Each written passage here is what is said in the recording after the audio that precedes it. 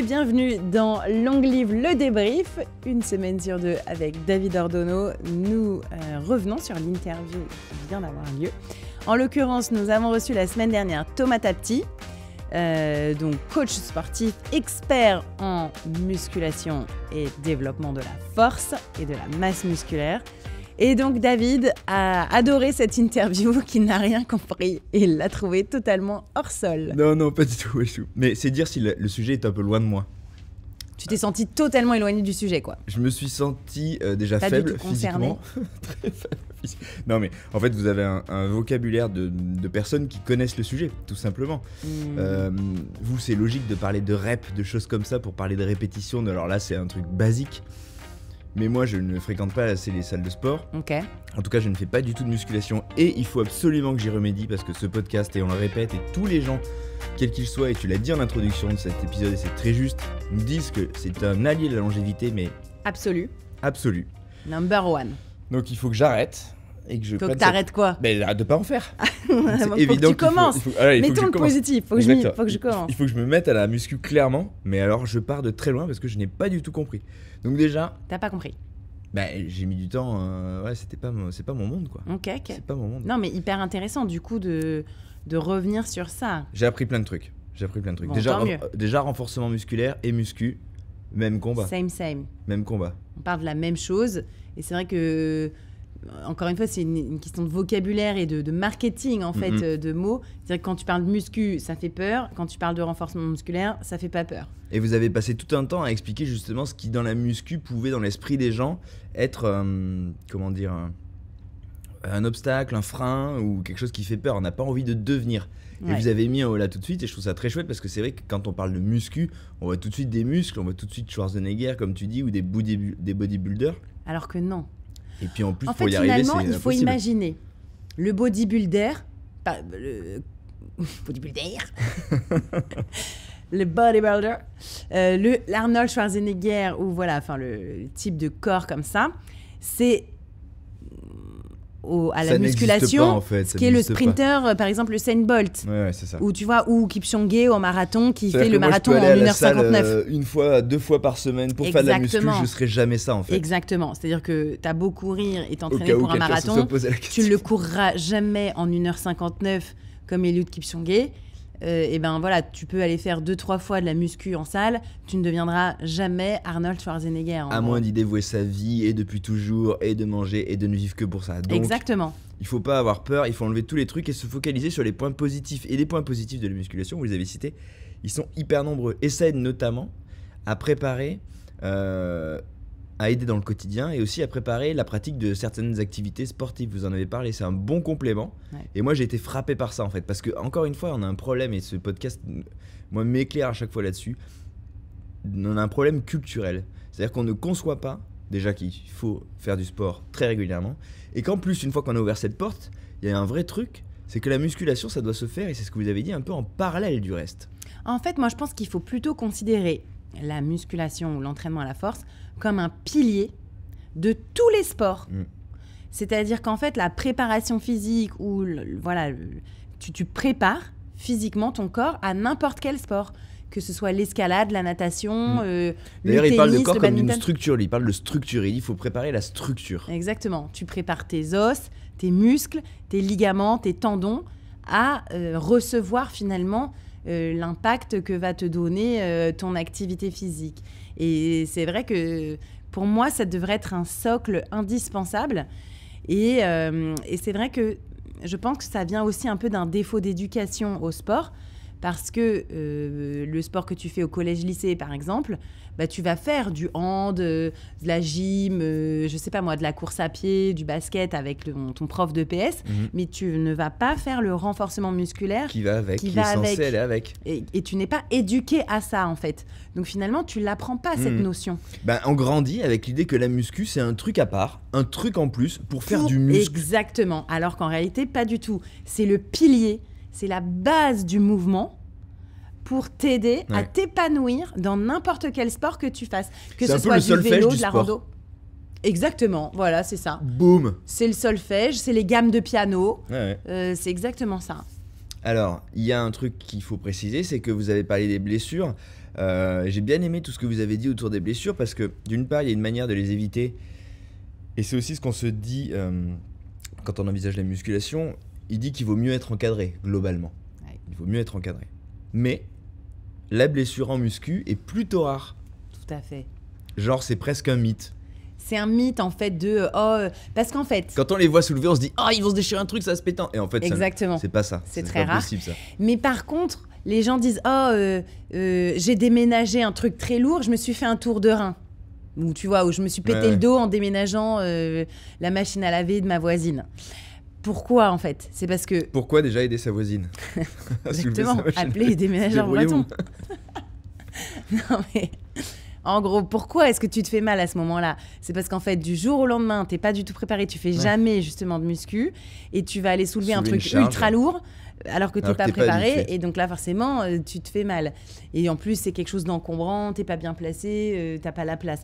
Mais finalement tu vas dans une salle de muscu, t'es bien placé, t'es encadré, t'as l'habitude de faire ce mouvement, tu charges progressivement et c'est ça qui fait qu'après tu peux aller déménager le canapé de tes copains et il n'y a pas de problème. Ouais, on lit l'événement à l'envers. De la même manière que les mots, et on en reparlera après parce que c'est des choses qui sont hyper intéressantes, ça pour le coup, dans l'implication que peut avoir la muscu au quotidien.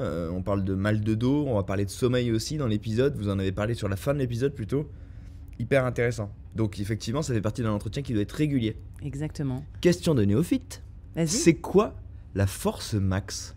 Eh bien, c'est ta force maximale que tu peux développer en une seule fois. Genre, je dois soulever un truc. Voilà, c'est ça. Donc, c'est par exemple, exactement, tu prends, t'as un carton, tu le soulèves, et voilà, ta force max, ça sera le poids que le carton maximum que tu peux soulever. Ou par exemple, sur un squat, donc soit un squat avec une barre sur les épaules, mais aussi voilà, soulever un ballon lesté, là. Ok, ouais. Quel est le poids maximum que tu peux faire sur un squat? Donc ça donne un standard parce que lui, il dit que ça te donne ta force maximale. Voilà, donc il y a une espèce d'étalon et il dit qu'il faut arriver à maintenir justement ce niveau-là, faire des répétitions autour de ce poids et aller même un petit peu au-delà de ce poids. Et donc c'est un peu la norme qu'il faut. C'est un peu comme ta vitesse maximale aérobie, la VMA ou VO2 max. Je sais pas si tu en as déjà entendu parler. C'est là où on me perd complètement. Bon. En gros, c'est un peu des standards. Ton maximum cardio ou ton maximum force musculaire. Voilà. Donc, c'est sûr que idéalement, on essaye d'avoir le maximum de force musculaire. Et une fois que tu connais ton maximum de force musculaire sur un mouvement, par exemple le squat ou la fente, on essaye de garder ce maximal-là et de l'augmenter un tout petit peu. Et pour l'augmenter, il faut flirter avec ce poids-là dans tes entraînements. D'accord. Donc c'est pareil par exemple, pour augmenter tes capacités cardio, pour par exemple courir plus vite, il faut que tu flirtes avec ta vitesse maximale de running. D'accord. Donc ça s'appelle le fractionné, où tu cours vite, tu récupères, tu cours vite, tu récupères. C'est pareil en muscu, tu vas soulever très lourd, récupérer, soulever très lourd, récupérer, tu peux le faire 3 fois maximum et après t'arrêtes. Et on se parle presque de son propre poids en fait, là, même voire un petit peu plus. Alors, c'est vrai qu'en fait, entre la force maximale et son propre poids, c'est différent. Donc, pour des personnes qui sont pas très entraînées, souvent, la force max correspond à peu près à ton poids de corps. D'accord.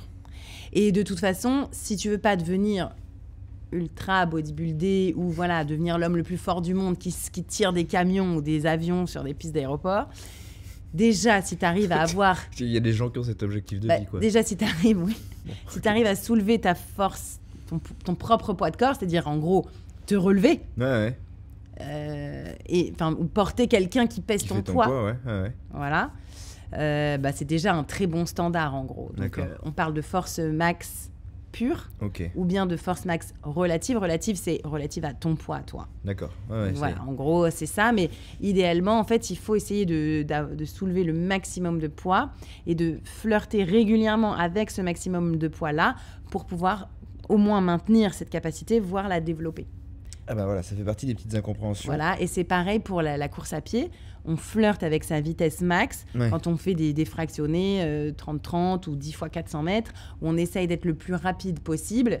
Voilà, on essaye d'être un petit peu plus rapide, de récupérer un peu moins pour garder ces capacités aérobies-là. J'ai pas une coupe de cheveux de merde là? Non, ça va? Non, mais je couperai, je Ne couperai. coupe pas cet instant. Non, je couperai. Ça va? C'est très bien. Non, mais toi, t'es très bien, mais. Oui. De toute façon, on va pas changer ta coupe de cheveux là tout de suite Non, sur mais l'instant. si, mais je peux faire un truc quand même. Non. Non, ok. Bon. Très bien. Arrête de rigoler, parce que Ne sinon coupe j'arriverai pas pas à cet recopier. instant, s'il Non, non, te plaît. sinon- Qui arrive comme ça, pour le coup, comme un cheveu au milieu de la soupe. Mais parce que j'attends qu'il y ait un silence. C'est bon, attends, arrête de rigoler, sinon je peux pas raccorder. Attendez à tous. Parce que je sens le poids de mes cheveux sur ma tête et je me Attends, dis, je vois un petit coup genre de j'ai un thé vert, là, animal pour mort me sur la remettre tête. dans Je me suis vu ce matin, partant, je me suis dit, ça va pas du tout. C'est bon? Oui. Alors, pour revenir à cette histoire de blessure, donc vous en avez conclu qu'on se blesse quand on fait trop souvent, par exemple, cet effort-là, et qu'on le fait mal notamment, et qu'on répète un mauvais effort ou un mauvais mouvement, Ouais. une mauvaise posture. Et c'est vrai que donc finalement, on va peut-être plus se blesser sur du renforcement musculaire pas très lourd, Ouais. où finalement Parce on fait qu'on répète 20 un mouvement qui voilà, paraît anodin on et en en a fait on marre, fait mal. on fait n'importe quoi, on est moins concentré. Tout à fait, Alors que si on charge machin et qu'on fait un peu plus gaffe, bah du coup on fait plus attention à sa posture. c'est ça. Mais alors du coup, moi en pensant à ça, je me suis vu sur ma petite appli que j'utilise de manière assez modérée, je dois l'avouer. La mienne, j'espère. Mais attends, mais moi je peux utiliser la tienne? Bien sûr. On Bon, travaille énormément la force Bon, bah trop bien. Mais pour les garçons et tout ça. pour les garçons. Bon, bah ok.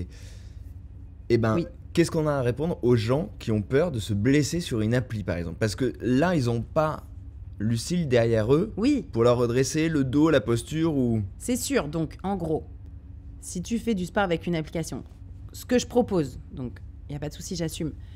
Par exemple, moi, dans mon application, les 3 premiers mois, on fait du renforcement musculaire pas trop chargé.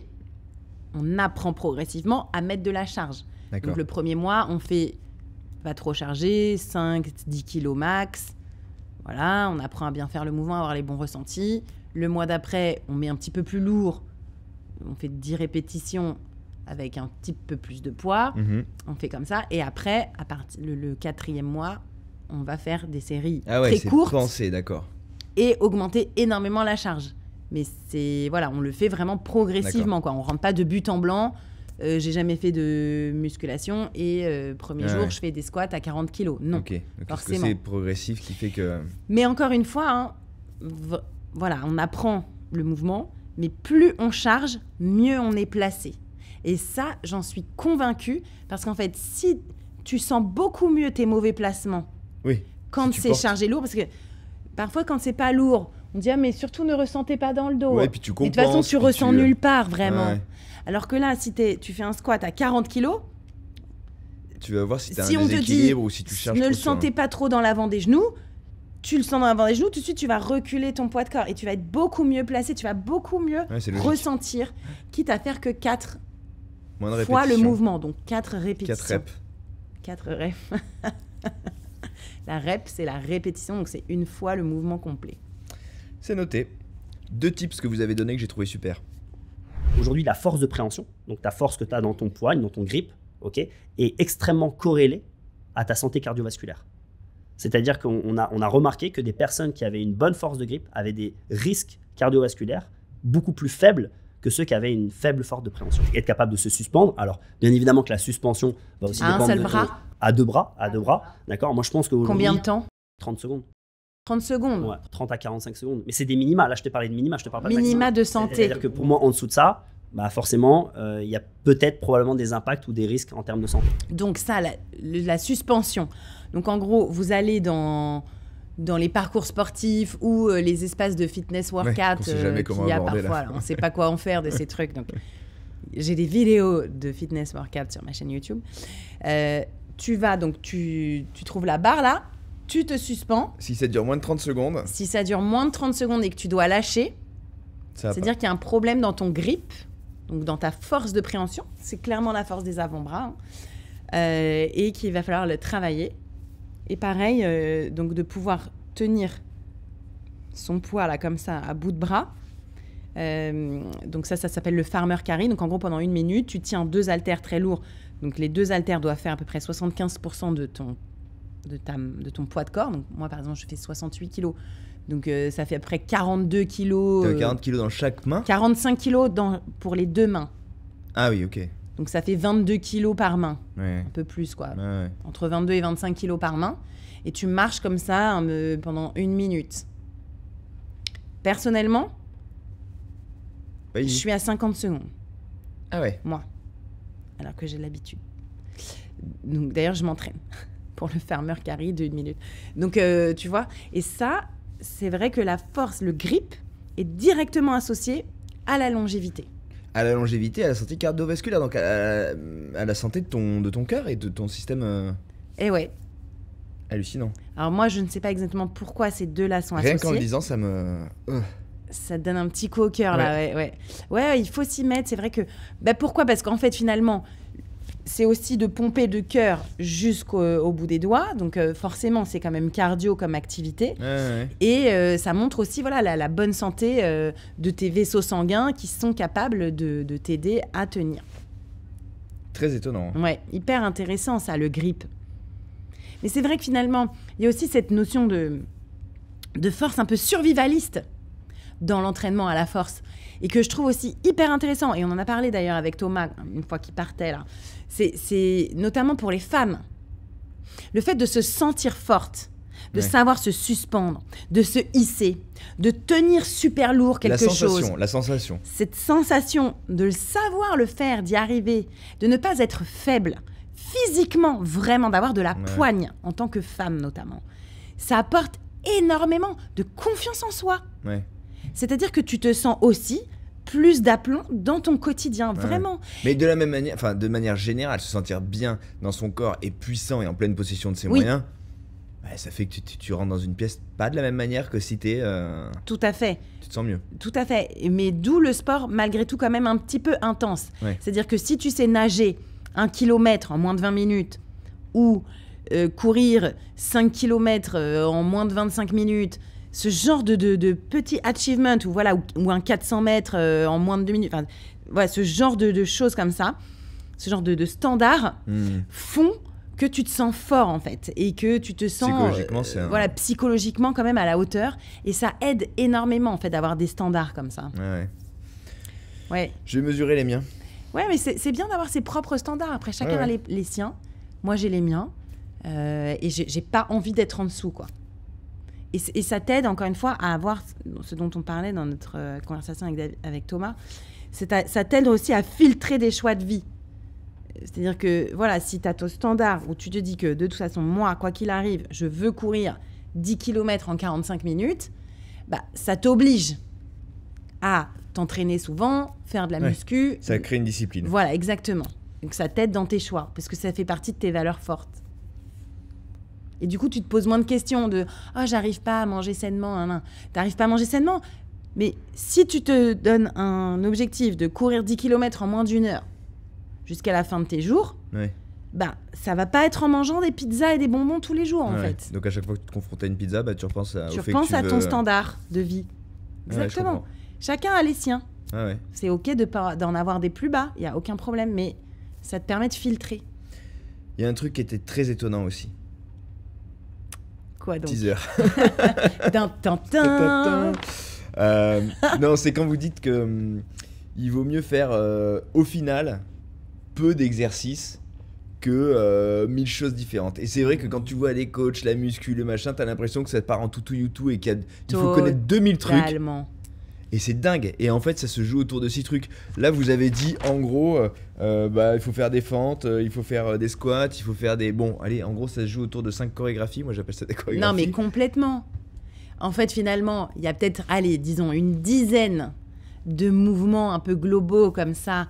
La pompe, la traction, le tirage, le squat, la fente, le soulevé de terre. Tirer. Ah oui. Soit tirer comme ça, soit tirer comme ça, tu vois. Le soulevé de terre, donc tes jambes tendues, il y a quelques variations autour de ces mouvements, mais ça reste quand même les mêmes. La gamme, elle est là en fait. Exactement, mais c'est un peu comme le solfège, t'as pas non plus 1000 trucs, tu vois. T'as la clé de fa, la clé d'ut, la clé de sol, mais bon après, t'es pas non plus obligé de... Et c'est vrai qu'avec les réseaux sociaux, on a l'impression qu'être un bon coach, ou être un bon professionnel de la forme, c'est inventer toutes sortes de mouvements avec des rythmiques pas possibles, du matériel incroyable, des espèces de massues lestées. Ouais, alors qu'en fait, il faudrait qu'on connaisse tous les quelques postures à maîtriser et ce serait. Et aussi, dans ce cas-là, ça fait moins peur. C'est-à-dire qu'à un moment donné, tu sais faire des squats, des fentes, machin.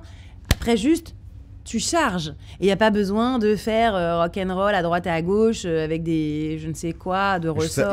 C'est hyper bien, je trouve, de se dire qu'on peut y accéder comme ça, en fait. Et c'est vrai que moi, finalement, comme je travaille beaucoup avec les réseaux sociaux et l'image, je suis très confrontée à ce besoin permanent de nouveauté. Bah oui. Alors, sinon, ça fait longtemps que tu aurais tourné tes vidéos. Et finalement, après, on dit « Ah, mais c'est toujours la même vidéo et c'est toujours les mêmes mouvements. » Oui, mais en fait, c'est comme quand tu cours. C'est toujours pareil, tu cours en fait. Hein. Ouais. Alors, souvent, tu cours toujours au cours du même lac. Alors oui, bien sûr, parfois, il faut changer. Il faut aller faire un trail en Corse ou dans les Alpes pour s'éclater, et voilà, se récompenser. Mais finalement, quand tu cours, quand tu nages, c'est toujours la même piscine. Il n'y a que 4 nages. Enfin, tu vois. Donc oui, dans notre métier, on est un peu victime de cette tendance à toujours innover, qui n'est pas forcément non plus très bénéfique. Ouais, ça dit ça, et puis ça dit aussi qu'en fait, contrairement à toute attente, on pourrait s'en emparer beaucoup plus facilement au quotidien que ce qu'on croit. Parce que moi, je suis le premier à aller, l'année dernière, sous ton impulsion, je suis allé en salle. Tu sais pas quoi faire. Je suis complètement démuni, quoi. Je vois les machines, je suis là, c'est quoi ce truc? Je vais l'attraper comme ça. Il y a un coach, ça coûte du blé de prendre des coachs. Oui, malheureusement. Tu vois, déjà, tu payes ton abonnement, machin truc et tout, et tu payes 70 balles, tu vois, à chaque fois pour 1 heure de coaching. Donc, tu y vas 1 fois, 2 fois par semaine. En fait, qui fait ça, quoi? 150 balles par semaine, x 4, ça fait 600 balles. C'est un budget énorme, je suis d'accord. Énorme, pour moi, c'est injouable. Donc, du coup, je prends pas de coach, mais du coup, je vois les machines, je suis là, mais qu'est-ce que c'est que ce truc? Je sais pas les utiliser. Donc, en fait, savoir ça, et si j'avais le guide des 6, 7, 8.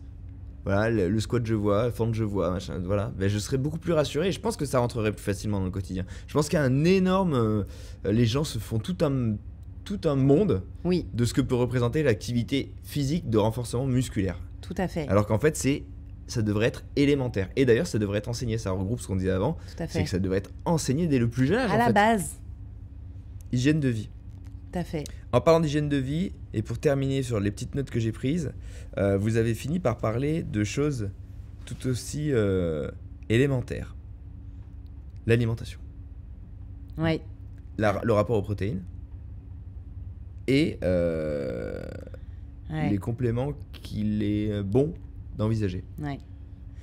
Alors, c'est vrai que voilà, l'alimentation équilibrée, je pense qu'on est à peu près tous d'accord sur le non transformé, local, de saison. C'est vrai sûr que sur les protéines, on a cette divergence de propos. Lui, il est plutôt tempéré, qu'il n'est pas si loin que... Si, lui, en gros, il dit qu'on n'en mange pas assez. C'est ça. Après, encore une fois, je comprends tout à fait son point de vue, vu qu'il est dans cette augmentation de capital qui, de toute façon, va diminuer. Et ce qui est lui, il se dit c'est des niveaux qui sont un peu bas, c'est genre pour estimer qu'on est en bonne santé. Moi, j'ai envie d'être un peu plus qu'en bonne santé. Mais ce que je comprends, vu ses standards, c'est sûr que si tu veux faire un soulevé de terre à 180 kg à 80 ans, c'est un standard très haut. Non, mais voilà, c'est son standard à lui, et c'est un standard très haut qui te demande d'avoir une hygiène de vie différente et donc une alimentation qui va avec. Oui, lui, il va avoir un niveau de santé, de tonus un peu supérieur à la moyenne. Encore une fois, c'est son truc. C'est son truc, et nous ne sommes pas là pour juger. Et c'est ce qui fait de lui un expert dans son domaine. Pour, je pense, un physique, plus standard, voilà, avec des standards un peu moins élevés, exactement. Je pense que consommer des protéines de façon tout à fait normale, c'est 100% suffisant. Et d'ailleurs, après voilà, on est un peu revenu sur le côté anthropocène ou écologique. À 9 milliards d'individus sur Terre, à 9 milliards d'êtres humains sur Terre, on ne peut pas être à 2 grammes de protéines par kilo et par jour. Je veux dire, ça, c'est pas sustainable, c'est pas du développement durable, c'est pas possible. Et donc, dans un univers qu'on est sur une Terre à ressources limitées, on est 9 milliards d'êtres humains, on tend vers les 10 milliards, on peut pas manger 2 grammes de protéines par kilo et par jour. Ça équivaudrait pour moi à manger 140 grammes de protéines par jour. Donc ça fait presque doubler ma consommation. Ça ferait manger 2 fois plus de poissons, 2 fois plus de lentilles, 2 fois plus d'œufs par jour. Je pense que de façon écologique, c'est pas atteignable. Ouais. Donc voilà, il faut aussi remettre ça dans le contexte. Et voilà, les recommandations de l'OMS et voilà, globales sont aussi dans ce contexte-là de mondialisation et de globalisation de l'alimentation.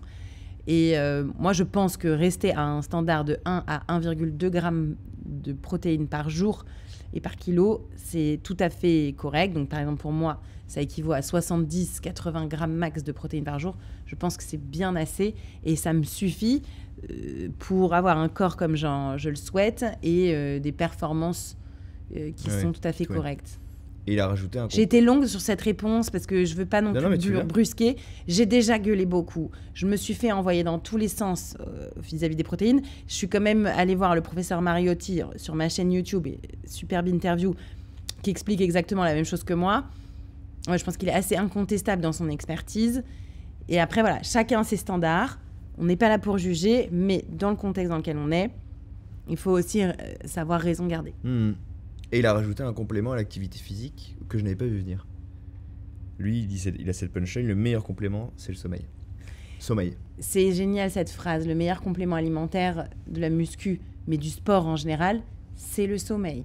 Et ça, je veux dire, on va faire venir un expert sommeil, mais j'ai du mal à le trouver.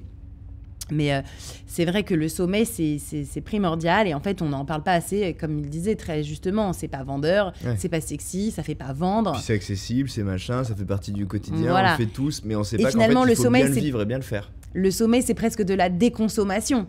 C'est-à-dire qu'on arrête les écrans, on arrête de regarder la télé, on arrête de manger, on arrête d'acheter des choses sur Vinted et on va se coucher, en fait. Complément du sommeil, le soleil. La lumière. Alors ça c'est super parce que j'ai appris un truc. Il dit que il a balancé ça comme ça là, genre, mais je l'ai noté. Pour avoir un bon sommeil, un sommeil qui soit réparateur, un sommeil qualitatif, il faut aussi avoir profité de l'ensoleillement. Et les meilleures périodes d'ensoleillement sont le matin et la fin de journée, les golden hours comme on dit. J'aime bien cette notion. On y pense toujours pour Instagram parce qu'il y a une belle lumière et c'est sympa, mais c'est aussi bon pour le corps, le moral, tout ça. Et en fait, s'exposer à ces moments-là de la journée au soleil, ça aide à mieux dormir. Absolument, mais qui le fait ? C'est-à-dire qu'aujourd'hui... il faut sortir le matin. Non, mais tu vois, regarde là, aujourd'hui, nous sommes début novembre, la golden hour... mais on est à Paris, en plus, il n'y a pas de golden hour. Voilà. Elle était à 16h30, 17h. Bah, on est là. En fait, on est enfermé. En plus, on a des lights artificiels. Donc, c'est malheureusement quelque chose de compliqué. Le matin, c'est jouable. Le matin, c'est plus avant de démarrer sa journée, jouable. on peut profiter du lever du soleil parce que c'est quand même un temps de la journée que les gens utilisent peu. Je ne vais pas faire l'adepte du Miracle Morning. Mais avancer son réveil pour vivre 25 minutes de plus à ce moment-là, moi je dis que c'est une extrême thérapie, c'est formidable. Je suis tout à fait d'accord. Et là on se prend un petit run de même 10-15 minutes et on est trop content quoi. Tout à fait. T'as vu ? David qui court tous les jours. Non, pas tous les jours, mais au moins 3 fois par semaine maintenant. C'est bien. Ouais. C'est bien, tu me rajoutes 2 petites séances de muscu là. Ouais, faut que j'achète des haltères. Mais en salle ou sinon, non, tu voulais pas aller en salle ? Non. Ok. Acheter des haltères, franchement, acheter des haltères, c'est un investissement à vie. Tu achètes une haltère, parce que après, elle ne va pas bouger. Tu peux la garder 80 ans et tu la vendras neuve. Faudra que tu m'en parles d'ailleurs pour que je sache quel poids je dois acheter. Lourd. Ça ne s'abîme pas. C'est fabuleux. Je veux dire, c'est vraiment un investissement génial. Ça ne s'altère pas. Ça ne s'abîme pas. Et enfin voilà, c'est un petit investissement, c'est sûr, ça coûte la fonte. Et d'ailleurs, sache que pendant le Covid, il y a eu vraiment une pénurie de fonte. Ah oui. Parce qu'en fait, tout le monde s'est équipé, tous les sportifs se sont recréés une salle de sport maison. Et en fait, il y a eu une totale pénurie de fonte. Ça a été très dur de trouver des haltères. J'en suis pas responsable. Voilà, moi, j'en suis. Je me suis clairement équipée pendant le Covid. Et je suis très contente d'avoir cet énorme rack dans mon garage. Ouais, je l'ai vu sur Instagram, tu l'as posté.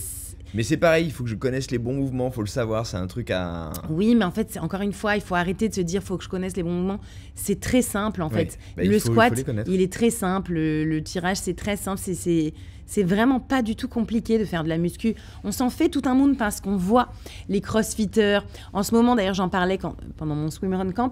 En ce moment, moi, sur Instagram, je suis targetée par des espèces d'entraînements sous l'eau, avec des haltères sous l'eau, où tu vois des gens qui courent avec des haltères sous l'eau. En réalité, j'en ai discuté du coup avec des pros. Ça ne sert à rien. C'est juste que c'est fashion à mort. Sur Instagram, tu vois des gens qui courent avec des haltères sous l'eau. Tu te dis, waouh, ça doit être dingue cet entraînement, tu as envie de faire ça. Mais tu te dis que ça doit être compliqué parce que tu respires pas. Ça ne sert à rien en fait. C'est de l'hypoxie, mais tu peux le faire autrement, l'hypoxie. Donc, il faut arrêter en fait de toujours montrer des trucs incroyables de crossfitters qui font des tractions comme ça, butterfly, de ouf. Oui, il y a 5 exercices encore à faire, il faut les connaître. Voilà.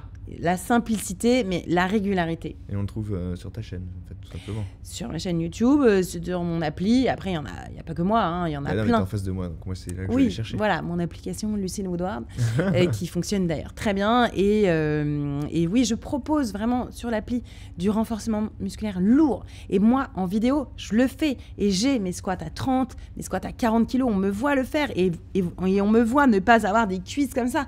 Moi, ça fait bientôt 20 ans que je fais de la musculation assez lourd et je ne prends pas du volume parce que c'est très difficile le volume et c'est un entraînement encore une fois comme on veut devenir Kipchoge ou voilà Usain Bolt ou Léon Marchand, c'est des styles de vie de super performance et de dépasser les limites du corps très difficiles à atteindre. Ok, bon, je vais m'y mettre, il me manquait plus que ça. Ouais, bah tu vas voir, franchement ça donne des résultats fabuleux très rapidement. On construit beaucoup plus vite du muscle qu'on ne perd de gras, par exemple. Hommes et femmes. Okay. Donc, finalement, la muscu, ça donne très vite des résultats. On voit très vite ces muscles se dessiner. Parfois, pour certaines femmes qui ont un peu de surpoids, et notamment de graisse superficielle, ça râle un peu parce qu'elles trouvent qu'elles prennent du poids. Encore une fois, c'est parce qu'on prend plus vite du muscle qu'on ne perd de la masse grasse. Soyez patient, ça donne des résultats très rapidement. Ok, je te dirai. Ouais. C'était intéressant cet épisode. Hyper bien, c'est le genre d'épisodes qui font que hop, on a envie de changer un peu ses habitudes. Et ça rassure aussi. Ouais, c'est plus accessible qu'il n'y paraît. Ouais. Il faut s'y mettre. Merci beaucoup. Bah non, mais merci à toi. Merci à vous d'avoir suivi cette vidéo, ce débrief. Si vous aimez Long Live, mettez-nous des pouces, mettez-nous des commentaires. Quel sujet est-ce que vous aimeriez qu'on aborde sur la longévité en général ? Est-ce que vous voulez voir plus d'experts santé, sport, ou au contraire aller plus dans la philosophie de vie, les modes de vie, voilà. Parlez-nous de ce que vous voulez, puisqu'on est là pour vous, mais aussi pour nous, parce que ça nous intéresse. Carrément. Salut!